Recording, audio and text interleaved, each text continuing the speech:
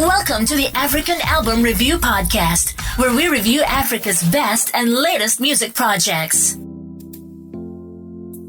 Africa, Murise. My name is MJ Wemoto and I welcome you to the African Album Review Podcast. We're into the last week of February, people. Damn, time is moving really quick. But anyway, how you doing? Hopefully everybody's doing good. I'm doing okay, can't complain.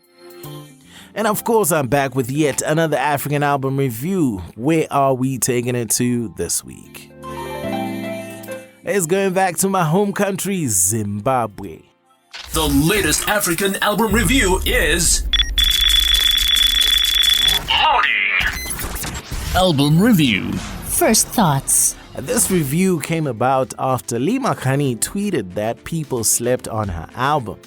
Of course, she's putting her money where her mouth is, so this review comes with a lot at stake for you, Lee McHoney. Linda Nyauchi, aka Lee McHoney, recently released an album titled Sana, which was launched in August 2019.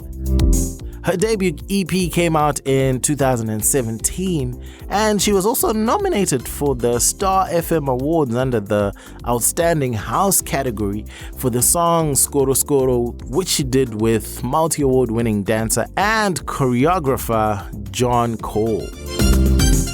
Sana is Lee McHoney's debut full-length album, which she independently released. It's got 8 tracks, producer placements by Murphy Cubic and Larynx, and also writing credits to MJ Sings, no relation to me. Mixing and mastering was done by Larynx. Album review. Let's analyze the music. Sana opens up with the title track, which is called Sana Ram. It adopts a mid-tempo Afropop sound with an undeniable Afrocentric twist. Lee McHoney takes a position of advising a youth to always be strong and never give up, because the journey of life will always have trials. In a way, I almost felt like she was speaking to herself, like maybe an older version of herself, or she just took someone else's position to speak to herself just as a reinforcement and reminder that life definitely has ups and downs, so she just has to keep going. If this child feels like it's too hard to take, then they have to remember that there is a greater reward after the hard times, where they will become someone of note and everybody will talk about them. It's a very mature track that really challenged my perception of who Lee McHoney is as a musician. Of course, on Twitter, she's got jokes upon jokes, so you'd sometimes expect that online persona to transcend the musical character that she's got, but hey, nah, it's not even like that. My Qualifier, which also has a video on YouTube, is one of the singles to come out of the Sana album. This one is a bit more dancey and up-tempo. That's a perfect fit considering that it is a love song with a youthful allure. The production by Murphy Cubic caught my attention here. It mixes a house sort of vibe with Afrobeats to make a fantastic eclectic blend. On the other hand, I really don't know what a qualifier is. Not sure if it's a new type of slang or what, but yeah, that one left me with more questions than answers. So, Lee McHoney, what's up? Find us on motomotomusic.com. Without a doubt, the most powerful track on Sana is La Pokona, where Lee McHoney talks to her late mom about how life has been without her, and she says they will meet again, but until then she will continue doing her very best and chasing these dreams she's wanted to achieve. If you've lost someone really close to you, especially a parent, this song will really get you feeling all sorts of ways. Lee McHoney adds to it by singing it beautifully, and it's absolutely otherworldly. Listen to this song, La Pokona. You also get exceptional compositions such as Leaving You and Sonosam that take that Afrocentric sound yet again, but interestingly capture a beautiful aspect of Ndebele culture in them. It's not about the language per se, but the expression in the instrumentation and more. Being able to do that without sacrificing what makes the music modern and enjoyable is definitely something I appreciated on this body of work, and I think Lee McHoney should definitely continue doing that. Album review. The technical side of things. The production on Sana was crazy awesome. This is the kind of music I want to tell the world about. Murphy Cubic and Larynx really came through for Lee McHoney, and they are definitely underrated in Zim circles, but bloody excellent at their craft. You can tell that this team challenged themselves on songs such as Sanalam, and to a large extent, it worked. This is the kind of daring I like to hear because often you find the gold there. Musically, of course, every single song on here had its place. Notable mention to MJ Sings for a commanding vocal performance as well. I felt that Lee McHoney explored some very real topics and experiences on Sana. The themes here are varied from dealing with death, love, facing life, appreciating culture, and our ancestors as well. The songwriting was absolutely top drawer. There is something there for everyone, and not only within the lyrical content, but the music as well.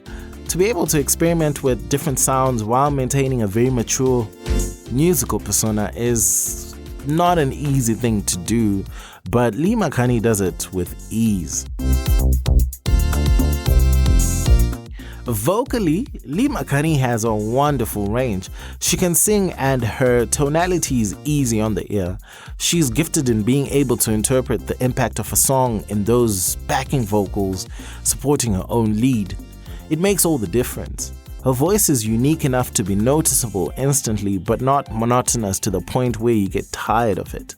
And this means an 8-track offering was a smart move to really capture the scope of her musical talents. It leaves the audience wanting more, and I certainly want another album from her now. My one gripe with Sana is that the sequencing oscillates between different tempos sometimes, and although this isn't really a major pitfall at all, I would have loved to feel that build up from track to track, then ending with the higher energy tracks such as Zoka and My Qualify. Good thing is, because the album is fairly short, it's not something you readily notice. I would also say I found it challenging to decode the artistic intent behind the album cover.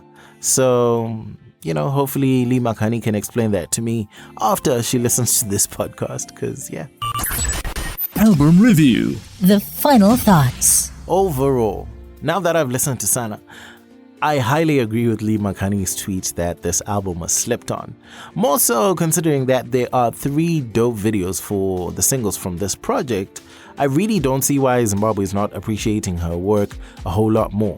It is absolutely criminal with the whole level of talent and quality in the music. I think by any bar she is one of the top talents in the country, and Zim is on a wave of a unique crop of female artists over the last few years with talents such as Amara Brown, Gemma Griffiths, really endearing themselves to the people. As far as I'm concerned, Future Baby Mama is easily in Zimbabwe's top 10, and she just needs that one breakout hit to set everything in the right direction to the very top. My favorite songs on Sana are Omtandayo, which has a killer video. Choose your love, just choose the person you love. Lapokona, Sonosam, and My Qualify. I recommend all my Zimbo family to listen to this album and just discover some great music, and also my African fam. If you enjoy that Afrobeats and Afropop blend, this Southern African sound might suit your fancy. You can listen to the Sana album on YouTube currently, though I did have a chat on Twitter with Lee McHoney about potentially getting an album on streaming platforms to make it easier for a wider audience to gain access to her music.